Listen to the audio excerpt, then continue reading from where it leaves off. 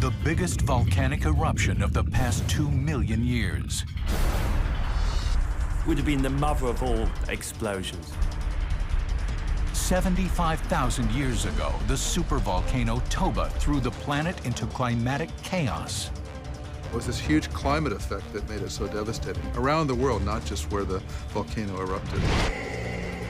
Temperatures across the planet dropped. The world entered into a volcanic winter, and the human race was pushed to the brink of extinction. For a person living after this eruption, really only the strong would have survived. Could one eruption have caused such apocalyptic destruction? And what will happen if and when this type of mega disaster happens again?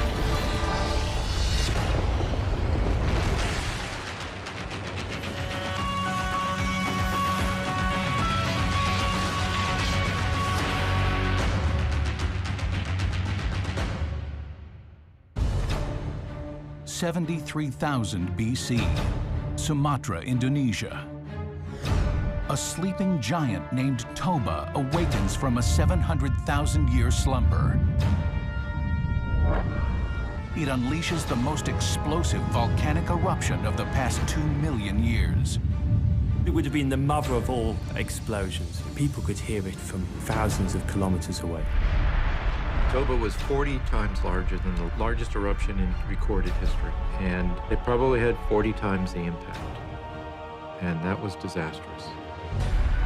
3,000 times more powerful than Mount St. Helens, Toba sends volcanic debris flying through the air at speeds of up to 60 miles an hour.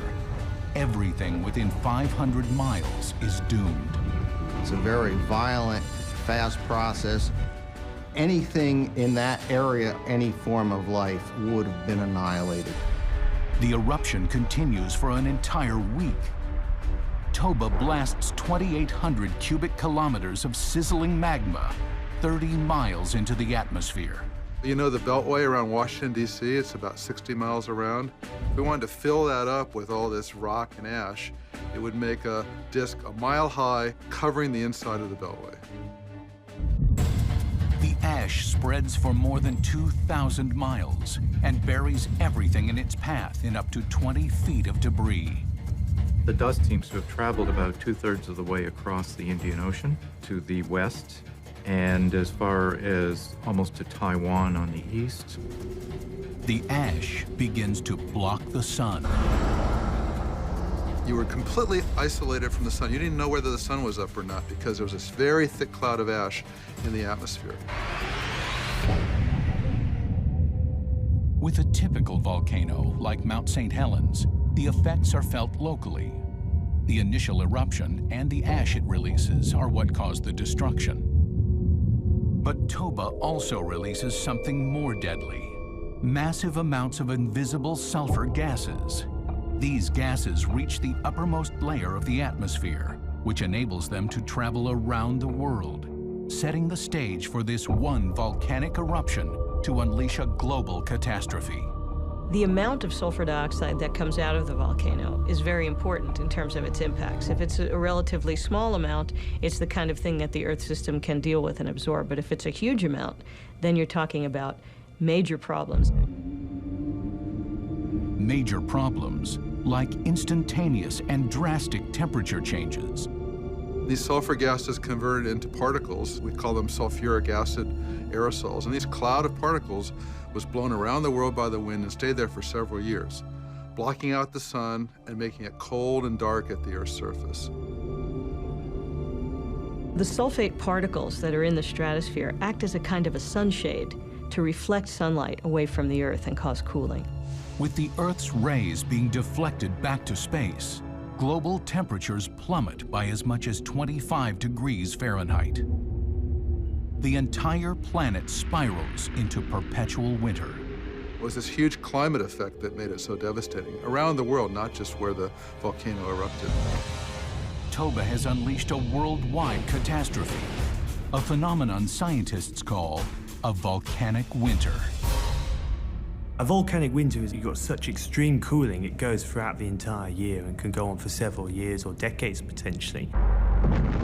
Toba's volcanic winter will be more severe than a nuclear winter, produced by 20,000 atomic weapons.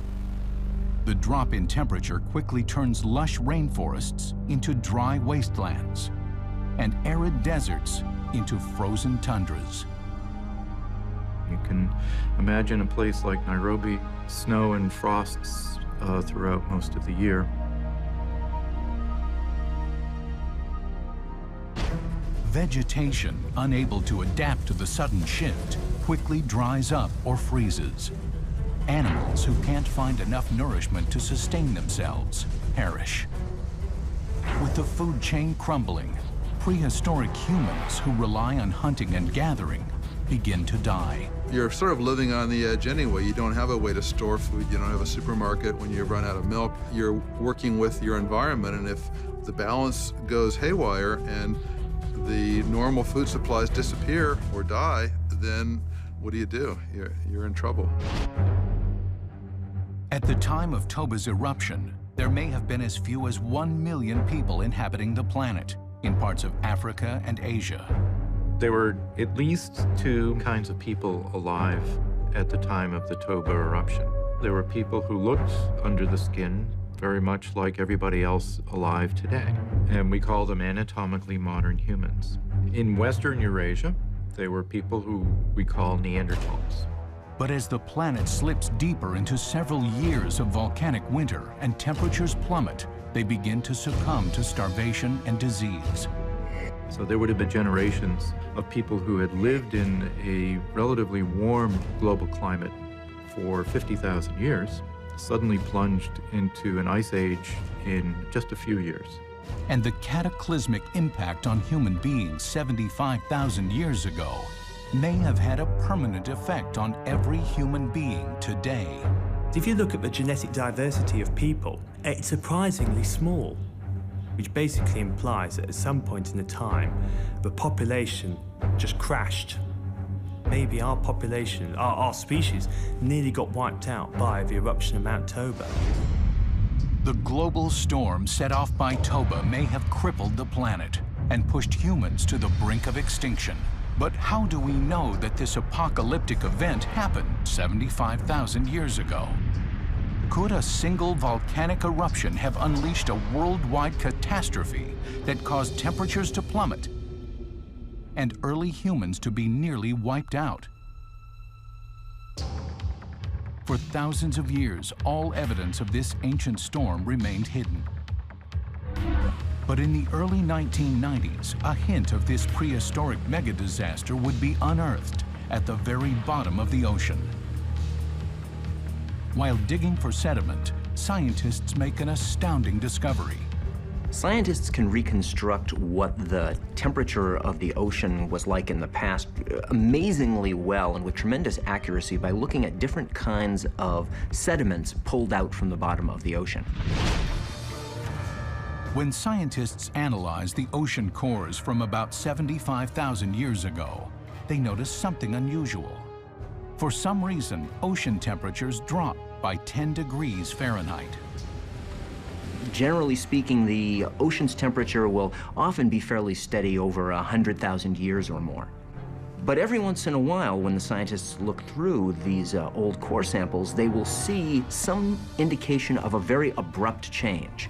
When that shows up, it's an important clue that something must have happened to change the amount of heat that was suddenly coming into the Earth's environment at that time. A 10-degree drop is a sign of a huge impact on the world. But what could have caused such a big drop in ocean temperature? In terms of natural disasters, there are only two that we know of that would have such a devastating effect. One is a supervolcanic eruption, and the other is an asteroid smashing into the Earth. But there's no evidence that an asteroid crashed into the Earth 75,000 years ago. There's only one event that might fit the bill: the eruption of a supervolcano. Supervolcanoes are characterized as volcanoes that erupt over 1,000 cubic kilometers of magma. They're basically humongous eruptions. Anything that we've seen in historical times doesn't even compare. Vesuvius wiping out Pompeii in AD 79, nothing. Tambora erupting in 1815, nothing at all. Supervolcanoes can drive catastrophic climate change globally. These are a whole order of magnitude larger. For tens of thousands of years at a time, the world's handful of supervolcanoes lies dormant. But beneath their seemingly peaceful exterior, they're building up a vast arsenal of deadly magma and gases. But where is the cataclysmic volcano that exploded 75,000 years ago in this apocalyptic eruption? On the island of Sumatra in Indonesia is Lake Toba. This lake is 60 miles long, 20 miles wide, and over a mile deep. It is so massive, it can be seen from space. The lake, it turns out, is no ordinary body of water. It is the biggest volcanic crater in the world. Scientists discovered this lake's secret when they uncovered massive amounts of volcanic debris at the bottom of the lake and for miles around its shore.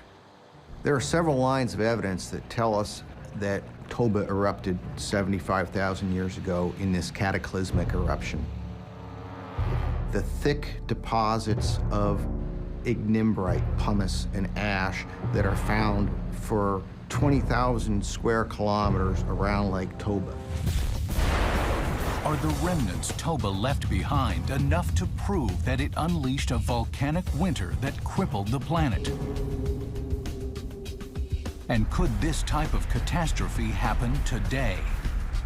As scientists search for clues, they start to piece together a picture of apocalyptic change and one of the largest storms the world has ever seen.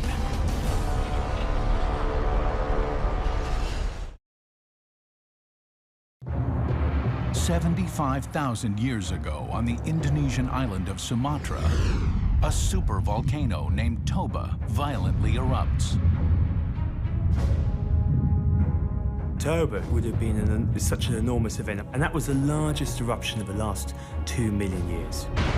With a supervolcano, you see the potential really to affect the entire world. And that's rare with natural disasters. Most of them affect a localized area. With the supereruption, it really can affect world weather.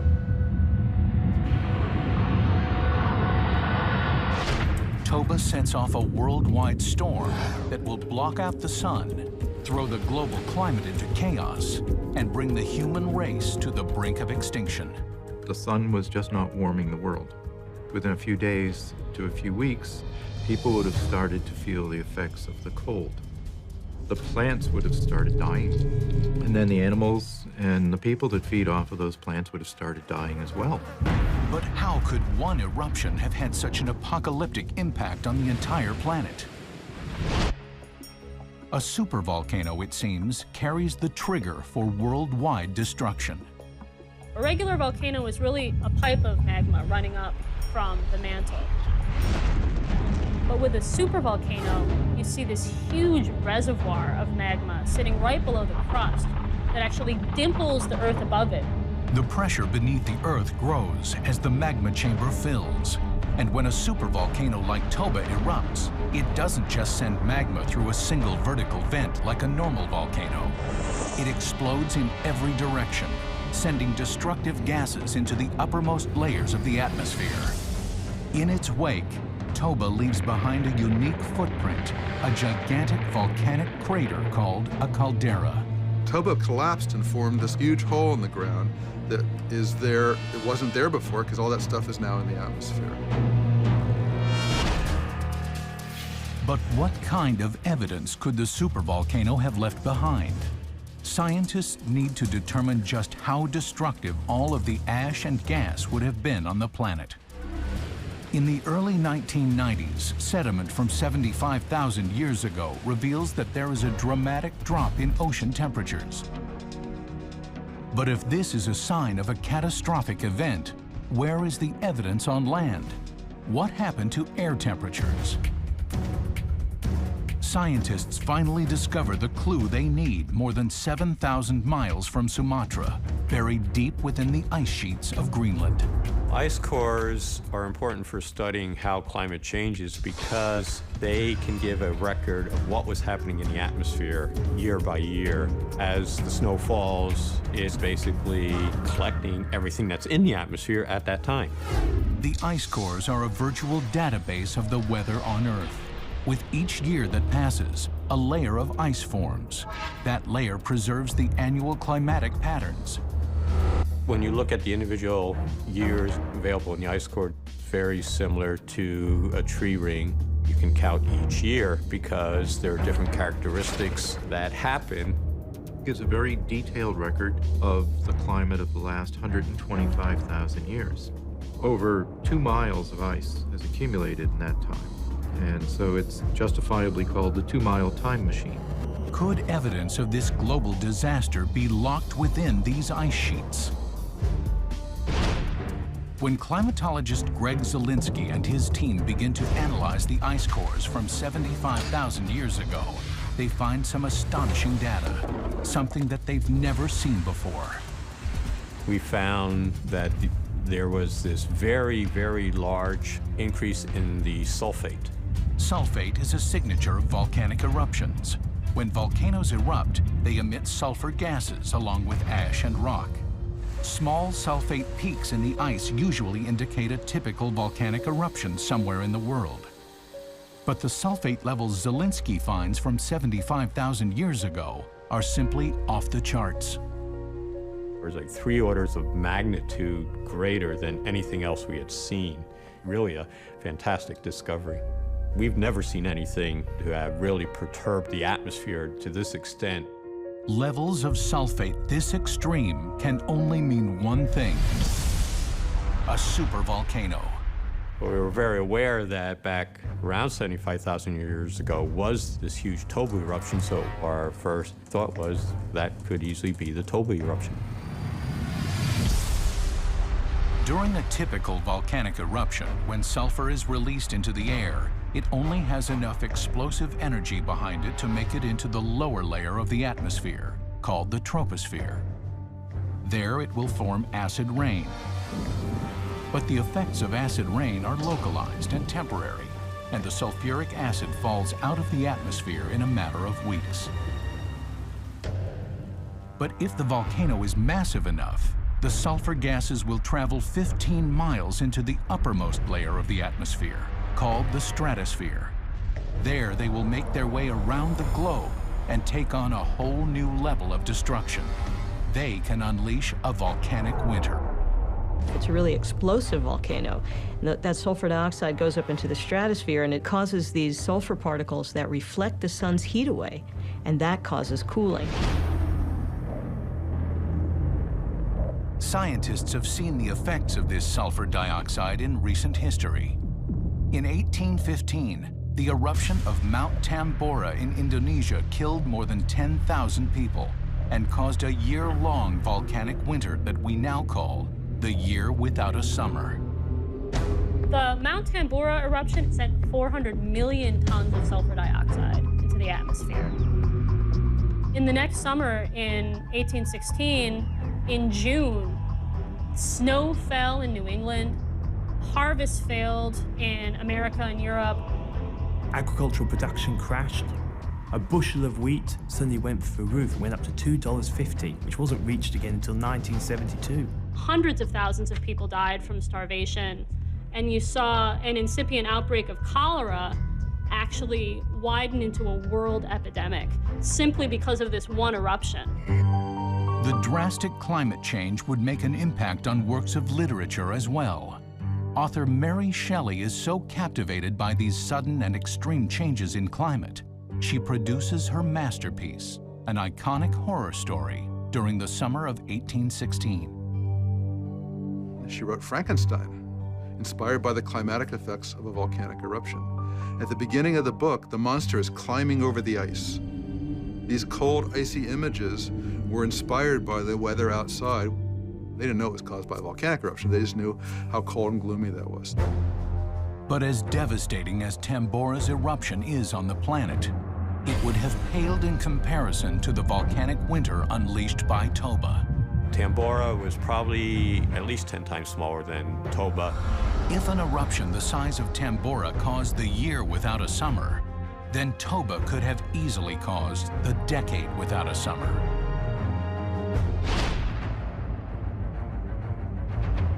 After Toba erupted and these aerosols were up there for 6 to maybe 15 years, during that time you certainly would have seen much cooler conditions on the Earth's surface.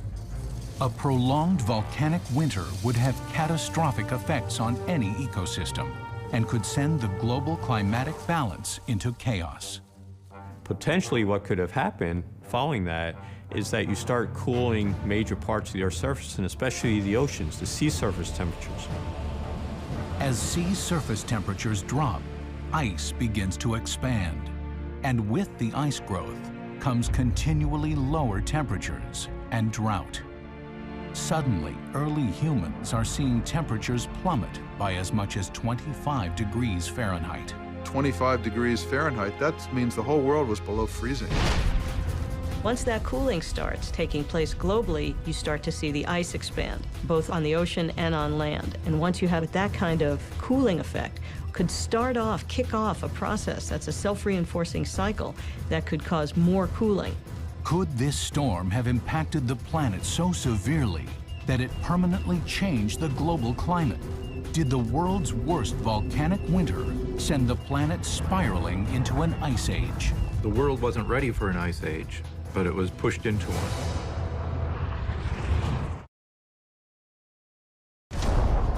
When the supervolcano Toba erupts on the Indonesian island of Sumatra, it unleashes a worldwide catastrophe. The planet is plunged into several years of perpetual winter. Animals and humans are pushed to the edge of extinction. The volcanic winter from Toba is the worst that we know of in the last 100,000 years.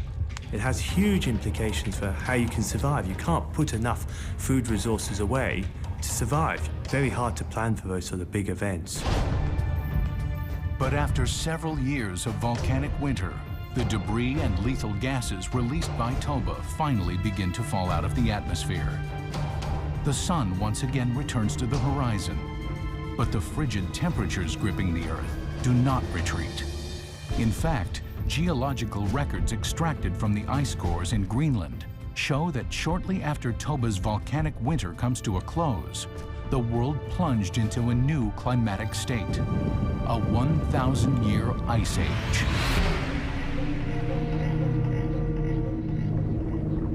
Pretty soon after Toba, for the next 1,000 years, ice sheets began to build up over North America and over Europe.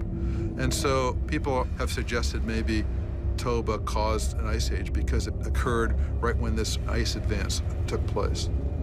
Could the mega disaster triggered by Toba have unleashed a worldwide climate shift?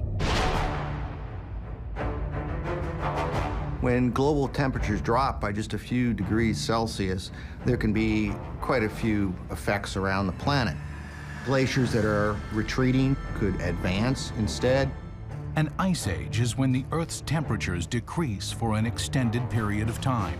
The global temperature is about 9 degrees Fahrenheit colder than normal. This temperature change can result in the expansion of ice sheets over entire continents. An ice age has the effect of capturing more and more water in big sheets of ice that then start to extend out as big glaciers and ice sheets across the land. A destructive cycle takes over. As ice sheets expand and sea levels go down, sunlight is reflected back into space and temperatures continue to drop. And what happens when you get an expansion of snow and ice is you make the Earth whiter and more reflective, so it reflects away more of the sun's heat, which will cause it to get even colder. Could a single volcanic eruption have triggered an ice age? The timing of the Toba eruption with the development of ice sheets on the continents seemed to coincide very well. At the time Toba erupted, it looks like we were starting to see the development of large ice sheets on the continents. And so that leads to the question that did Toba actually cause a glacial period?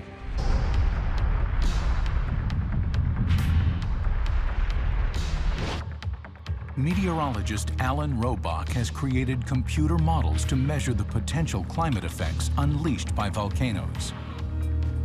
What we can do is we can use climate models. We can calculate how much the temperature would change.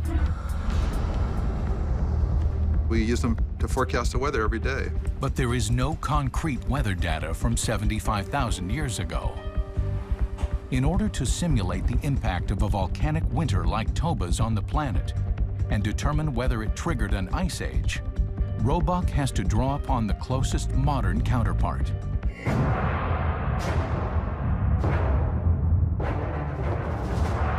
The 1991 Mount Pinatubo eruption in the Philippines. The most destructive explosion of the last 100 years. Pinatubo was the largest eruption of the 20th century in terms of the amount of sulfur it put in the atmosphere. When Mount Pinatubo erupted, this sulfuric acid haze caused a significant decline in the amount of sunlight hitting the Earth, and it stopped global warming for a year. Using modern satellite technology, scientists are able to gather data about the amount of sulfuric acid that Pinatubo releases into the atmosphere. We can then go see how much ended up falling out in Greenland. We didn't have satellites when Toba. We know how much fell in Greenland because we have it's been preserved there for us. So we can just look at how much there is compared to Pinatubo. And it was about 100 to 300 times more than Pinatubo. Knowing how much sulfur dioxide Pinatubo put into the atmosphere, and knowing that Toba is at least 100 times bigger than Pinatubo, Robach can use computer models to determine what may have happened 75,000 years ago. So we will do something like put 100 times Pinatubo in, put 100 times the amount of sulfur that Pinatubo generated, and calculate the climate response and just see how cool it would get. This graph shows that it would get 15 degrees Celsius, almost 30 degrees Fahrenheit colder than normal for several years. So this would be a global winter and also a drought. But did this extreme temperature drop, this volcanic winter, then cause an ice age to begin?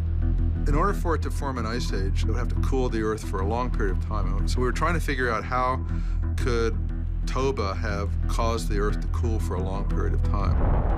No matter how much it puts in the atmosphere, it's still going to fall out because of gravity. We can get a volcanic winter, we can make it very cold and very hard to live for several years, up to 10 years, but then it gradually starts to warm up again. What Robach's models reveal is that this cooling effect from Toba's sulfur gases could not have lasted forever. After Toba's volcanic winter, the planet should have warmed up, and temperatures should have returned to normal. But geological records show that the Earth stays cold for another 1,000 years. This leads Robach to believe that Toba erupts at a time when an ice age is already on its way. It could have brought it on a little bit faster. We know that ice ages occur without volcanic eruptions. We know that this large eruption occurred just before an ice advance. I believe what may have happened is that as the overall climate of the Earth was starting to shift into one of these 1,000-year periods of cooling, Toba erupted. And I think those volcanic aerosols helped to cool sea surface temperatures. And what it did, it looks like it may have really enhanced that initial couple hundred years of cooling. Although Toba may not have been the trigger for a 1,000-year ice age, its aftermath could be responsible for something far more devastating, the near extinction of humanity. Could Toba have nearly wiped out all human beings on the planet? The clues to this global disaster may be found within the DNA of each living person today.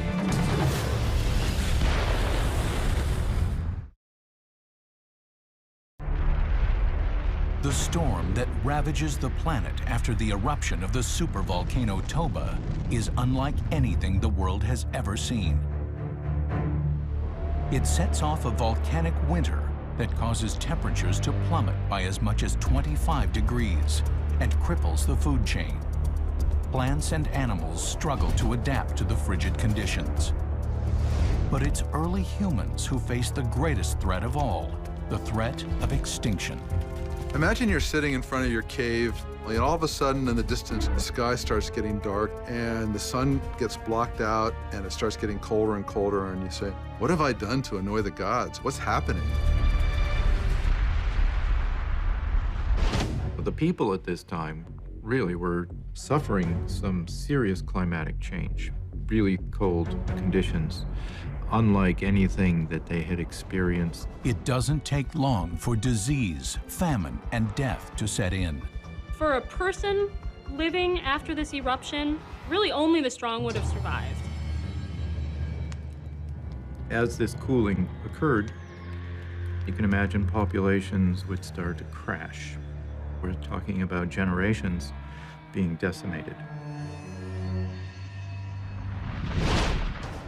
From what scientists can tell, before the Toba eruption, a small but growing population of early humans inhabits Africa and possibly parts of Asia. There were people who looked under the skin very much like everybody else alive today. Their hunter-gatherer way of life means they depend on their local habitat and stable climate conditions to sustain themselves. But as the volcanic winter sets in, and temperatures remain frighteningly low year after year, early humans struggle to survive. So you have to imagine a landscape populated by small groups of hunter-gatherers living at low population densities. And when this disaster struck, people who were not in the best environments would have been unable to feed themselves. The questions scientists have to answer so many thousands of years later are: how dramatic is the impact of this storm on these early humans? How many are able to survive? The answers, it seems, can be found inside all of us. The geneticists have ways of analyzing the modern populations to reconstruct the past population sizes. Today, scientists can determine every person's genetic heritage by mapping the human genome, which is made up of DNA. There's a part of the DNA that only is transmitted from females to females. It's called mitochondrial DNA. So it's a perfect marker of inheritance. By examining mitochondrial DNA, scientists are able to trace every single human being's genetics for thousands of years, and it tells an intriguing story. Despite millions of years of evolution, there is very little variation among the 6 billion people living on Earth today. Humans are very unusual in the world in their genetic composition compared to most other species.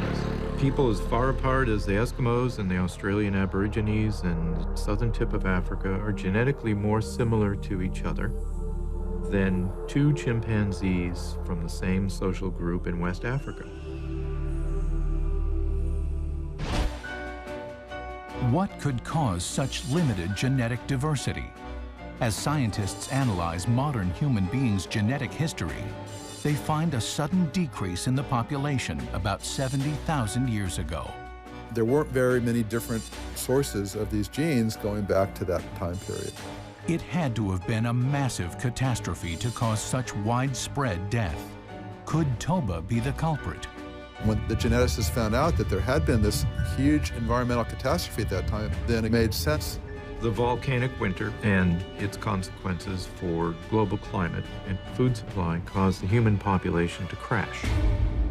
Anthropologist Stanley Ambrose has been studying the effects of Toba's aftermath on early human beings for more than a decade. He believes this prehistoric event caused such an abrupt drop in the human population, it changed the genetic destiny of humanity. Before Toba, there may have been 1 million people alive in Africa.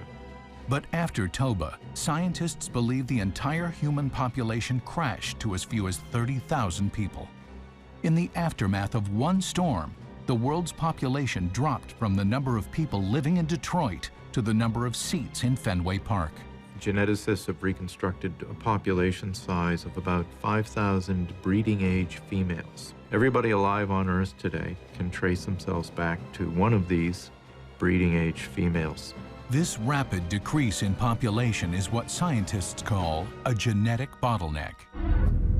A genetic bottleneck happens anytime something eliminates most members of a species so that any future generations are descended from a very small population. It's kind of like some sort of disaster happened and the only people left to repopulate the world were the ones in your neighborhood. As diverse as your neighborhood might be, it doesn't represent all the different kinds of traits that you would find. So certain kinds of genetic traits, maybe red hair, for example, would suddenly vanish from all subsequent generations. The genes that you see today really came from a small group of original ancestors. And it's possible to tie this in to the Toba eruption, that if it killed a huge enough subset of human ancestors, that maybe it did just leave this small core of humans to survive and repopulate the Earth. And human beings are not the only species who experience a bottleneck during this relentless disaster. The groups of animals struggling to survive also show signs of their own dramatic shift in population. Chimpanzees in Africa, orangutans in Borneo seem to have gone through a population crash. Every tiger alive on Earth today can trace its maternal ancestry back to about 73,000 years ago. There's all kinds of things happening around the world at about this time that suggests that populations of many species underwent some dramatic changes. It seems that the Toba eruption and its aftermath don't just throw the planet into climatic chaos. They very likely killed the majority of life on Earth. These sort of supervolcanoes are almost like the doomsday scenario. We nearly got snuffed out by a supervolcano. The geneticists have shown that everybody alive on Earth today has an ancestry in Africa of less than 70,000 years ago. Where are all our missing genes? Our genes are missing because the people who carried them died out, and all of the people alive on Earth come from a very small number of individuals that survived this disaster. A single volcanic eruption changes the course of human history. But what would happen if a supervolcano the size of Toba erupted today? Would it trigger another volcanic winter? And would the modern world be able to survive?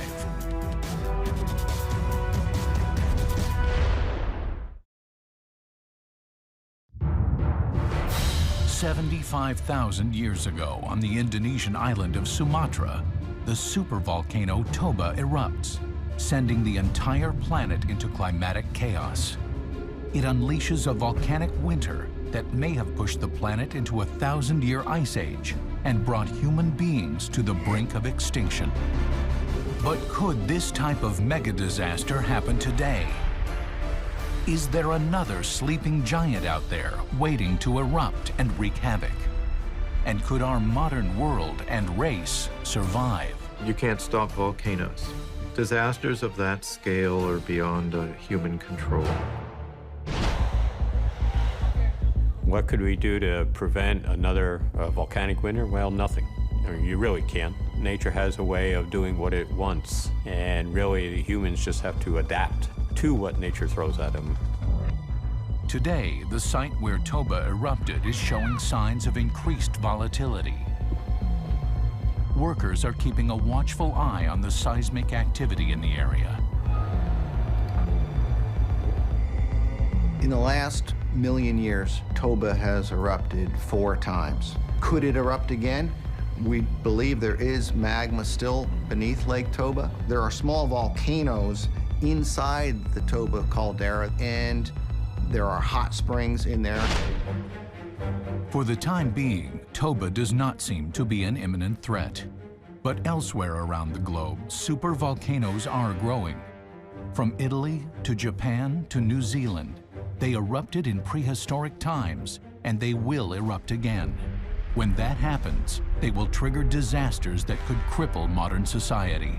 If an eruption the size of Toba erupted today or tomorrow anywhere in the world, there's nothing you can do. Most people would die. It's hard to imagine people that would survive. If you had a fallout shelter with 10 years worth of food and enough weapons to keep all the other hungry people out, you could probably live if you call that living.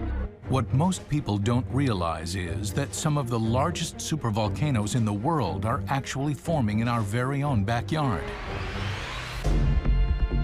There are regions in the western U.S. that have the potential for mega eruptions. In California, the Long Valley caldera sits just next to Mammoth Mountain, a popular ski resort. When Long Valley erupted 750,000 years ago, its ash covered everything as far south as Texas and as far east as Nebraska. In northern New Mexico, the Valles caldera erupted more than 1 million years ago and devastated the land as far east as Iowa. But the most notable and active supervolcano is actually one of America's favorite family destinations, Yellowstone National Park in Wyoming. The entire park is a gigantic caldera with boiling magma pulsing just beneath visitors' feet. The magma that forms the supervolcano in Yellowstone is actually what heats the geysers and the mud pools and the other natural formations you see. Scientists believe that an eruption at Yellowstone and its aftermath would be comparable to Toba. Well, the interesting aspect about Yellowstone is that when it erupts, it looks like it erupts big, real big. Yellowstone has had 2 supervolcano eruptions in the past few million years. In fact, it seems that Yellowstone is on a 600,000-year cycle. The last time Yellowstone erupted, 650,000 years ago. What would happen to modern society if one of these supervolcanoes in the western United States erupted? If the same amount of ash from the Toba eruption were to, say, erupt from Yellowstone, that would cover the continental United States in about 4 inches of ash. Imagine the effects that that would have. It would just be horrible. Just as with Toba, the area closest to the supereruption would face the most immediate devastation. Although Wyoming is a relatively rural state, there are urban centers like Las Vegas within striking distance. If a supervolcano were to erupt in the western United States, the odds of surviving in Las Vegas would really be against you.